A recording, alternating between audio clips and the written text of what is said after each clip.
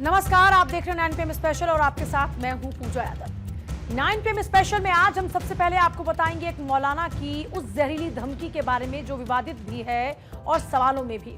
जमीयत उलेमा हिंद के अध्यक्ष मौलाना महमूद मदनी ने सारी हदों को पार किया और ना सिर्फ हदों को पार किया बल्कि अपनी भड़काऊ तकरीर से समाज को बांटने की कोशिश की।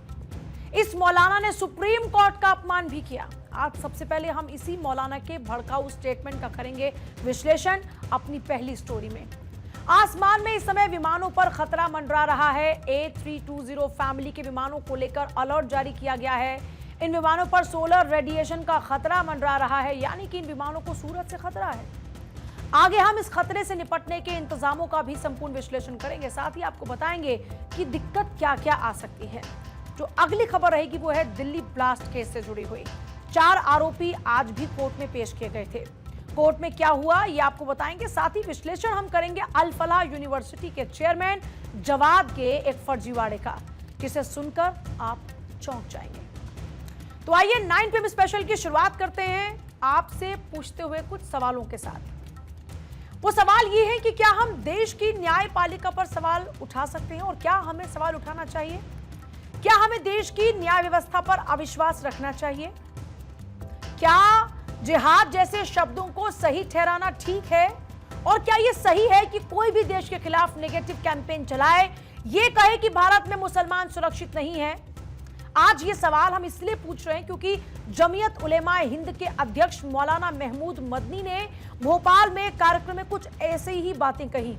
कुछ इसी तरह का ताना बाना एक खुले मंच से बुना, जहां उन्होंने न सिर्फ देश की न्यायपालिका पर निशाना साधा बल्कि इस दौरान उन्होंने वो कहा जो विवादित भी था और किसी भी लिहाज से उसे जायज नहीं ठहराया जा सकता।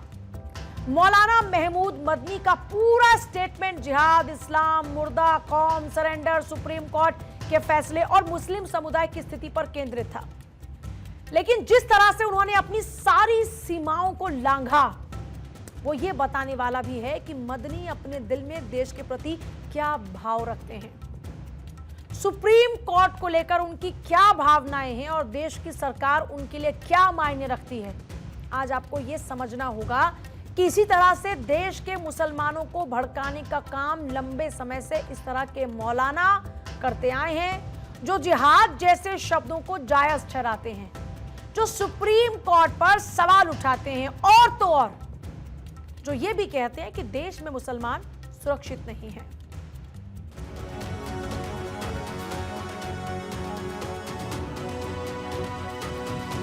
उनकी मौजूदा सूरत हाल इंतहाई हसास और फिक्र अंगेज, खास तबके की बालादस्ती और दूसरे तबकों को कानूनी तौर पर दीनी मदारिस और इस्लामी इस्तिलाहात के खिलाफ मनफी मुहिम की बाकायदा और मुनज़्ज़म कोशिशें की जा रही हैं।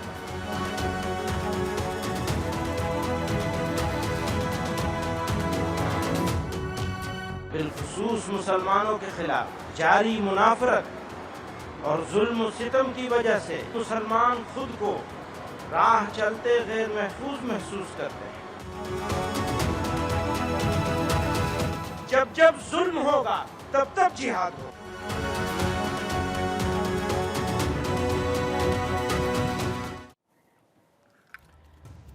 सबसे पहले हम जमीयत उलेमा हिंद के अध्यक्ष मौलाना महमूद मदनी के उस बयान का विश्लेषण करेंगे जिसमें उन्होंने कहा कि जब जब जुल्म होगा तब तब जिहाद होगा। मदनी ने न सिर्फ जिहाद को इस्लाम का पवित्र विचार बताया, बल्कि वो तो ये तक कहने से नहीं चूके कि इस्लाम विरोधियों ने इस शब्द की परिभाषा को बदल दिया। उन्होंने इसे हिंसा से जोड़ दिया। आपने देखा होगा कि हाल ही के समय में इस तरह की कई खबरें सामने आती रही जिसमें लव जिहाद, थूक जिहाद, लैंड जिहाद का मामला सामने आया। मदनी ने इसका भी जिक्र किया और इसे जिहाद के खिलाफ एक साजिश तक करार दिया। अब आप ये समझ सकते हैं कि मदनी की नजर में जिहाद कितना पवित्र शब्द है और जिहाद का मतलब उनके मुताबिक पॉजिटिव भी है और दुनिया की भलाई करने वाला भी। हालांकि उनका यह स्टेटमेंट हिंसा या आतंकवाद को जायज ठहराने जैसे इससे ज्यादा है। इस्लाम और मुसलमानों के दुश्मनों ने इस्लाम की मुक़द्दस इस्तिलाहात मसलन जिहाद के लफ्ज़ को एक गाली, फसाद और वायलेंस का हमनाम बना दिया है।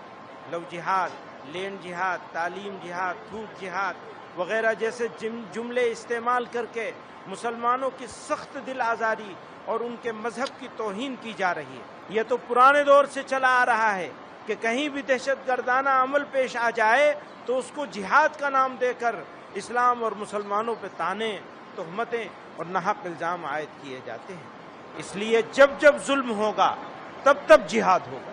मैं इसको दोबारा कहता हूं, जब जब जुल्म होगा तब तब जिहाद होगा। मौलाना महमूद मदनी सिर्फ यहीं तक नहीं रुके, बल्कि इस दौरान उन्होंने सुप्रीम के उन तमाम फैसलों का भी जिक्र किया और उन पर सवाल भी उठाए, जिसमें बाबरी मस्जिद है, 3 तलाक है, प्लेसेस ऑफ वर्शिप एक्ट है। इन मामलों पर सुप्रीम कोर्ट का फैसला आया था और सुप्रीम कोर्ट की अगर बात की जाए तो ये वो जगह है जहां देश के खास से लेकर आम लोगों को इंसाफ मिलता है। ये न्याय का वो मंदिर है जिसने कभी किसी के साथ अन्याय नहीं होने दिया।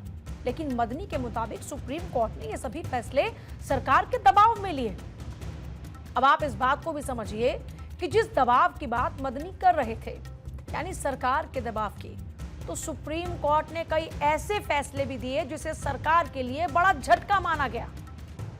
आज आपको हम कुछ ही बड़े फैसले दिखाते हैं जिन्हें देखने के बाद आप खुद समझ जाएंगे कि मौलाना मदनी ने जो कुछ कहा देश की सबसे बड़ी अदालत को लेकर वो कितना सही है, वो हकीकत के कितना करीब है।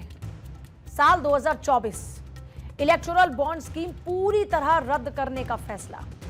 साल 2023 में सुप्रीम कोर्ट ने ईडी डायरेक्टर का कार्यकाल तीसरी बार बढ़ाने को अवैध माना था। साल 2020 में जम्मू कश्मीर में अनिश्चित इंटरनेट बैन को अवैध करार देने का फैसला भी उसी कोर्ट ने लिया जिस पर आज मदनी सवाल उठा रहे हैं। साल 2018 में आधार के निजी इस्तेमाल पर रोक का फैसला भी कोर्ट का था। साल 2017 में निजता को मौलिक अधिकार के मान्यता वाला फैसला भी कोर्ट का था। ये फैसले दिखाते हैं कि सुप्रीम कोर्ट ने कई मौकों पर सरकार के बड़े फैसले, नीतियों को रोका या फिर सीमित किया। ऐसे में यह कहना कि सुप्रीम कोर्ट पूरी तरह सरकार के दबाव में है, यह सिर्फ एक नैरेटिव है जिसे मदनी जैसे लोग कई बार गढ़ते हैं आए हैं और इसे बढ़ावा देते हैं, लेकिन हर बार वो इस काम में फेल साबित हुए। आईनी हुकूक और दस्तूर के बाद बुनियादी उसूलों की तशरीह की ऐसी मिसालें सामने आई हैं जिन्होंने अदालतों के किरदार पर सवालिया निशान लगा दिया है। याद रखिए, सुप्रीम कोर्ट उस वक्त तक ही सुप्रीम कहलाने का मुस्तहिक है जब तक आईन की पाबंदी करे, कानून के हुकूक का ख्याल रखे।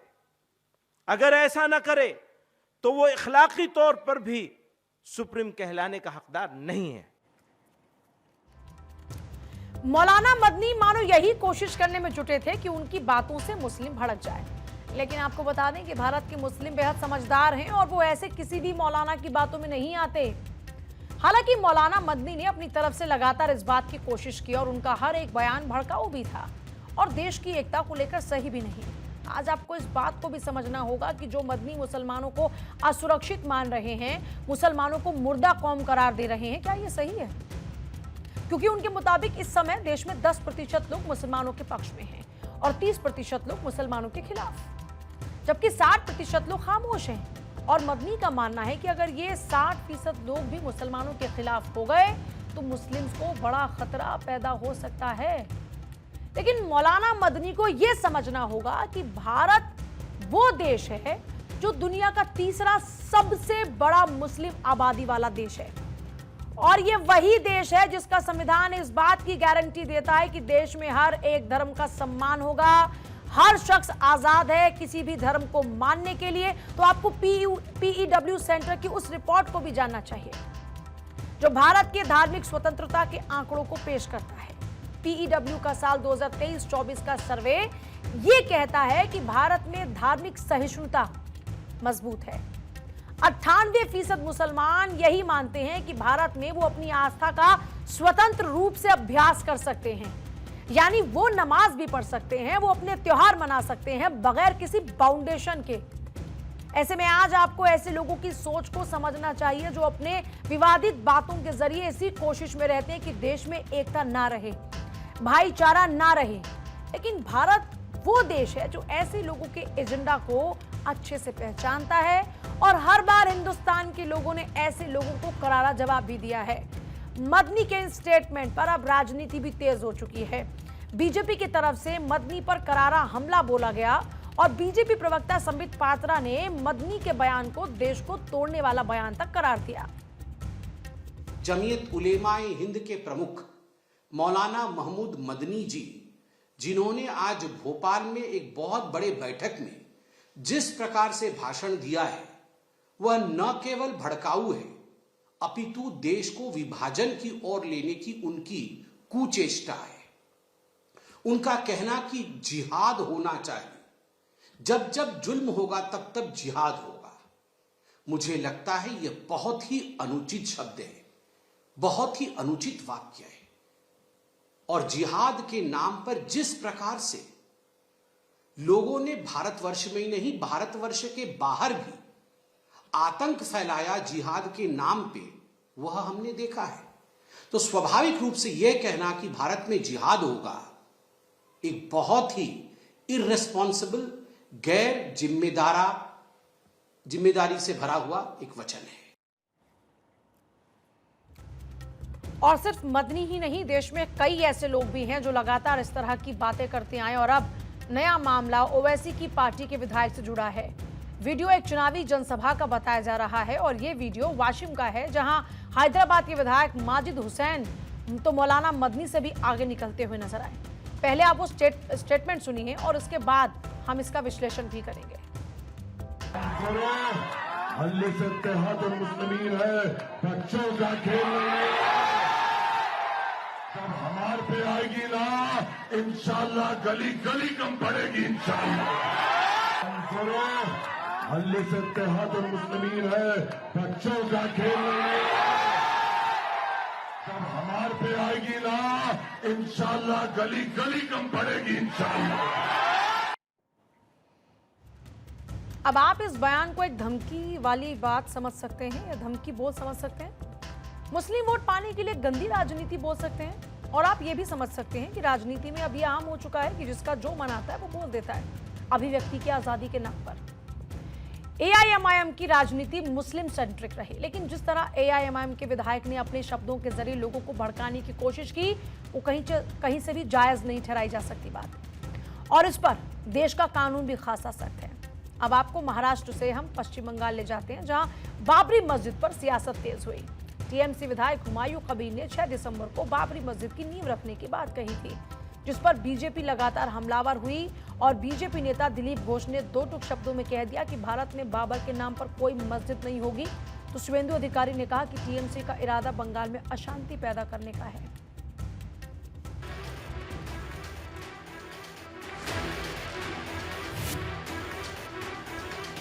मुर्शिदाबाद में फिर से जो बाबरी मस्जिद बनाने की जो योजना बन रही है, मस्जिद कोई बना सकता है अपनी जगह में, लेकिन बाबर के नाम पर हिंदुस्तान में कोई मस्जिद नहीं हो। लेकिन ममता बनर्जी का आशीर्वाद है, इसलिए देखने जा रहे हैं कि ठीक ठाक बन रहा है कि नहीं।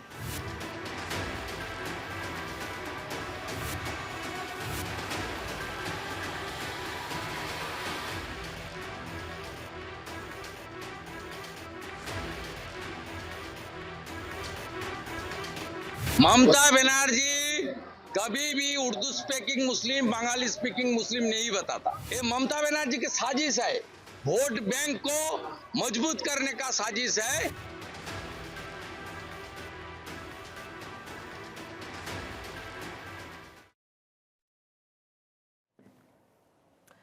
अभिव्यक्ति की आजादी, फ्रीडम ऑफ एक्सप्रेशन, इसके नाम पर किस तरह का माहौल फंडामेंटल राइट्स का उड़ाया जा रहा है, ये आज देश बहुत करीब से देख रहा है।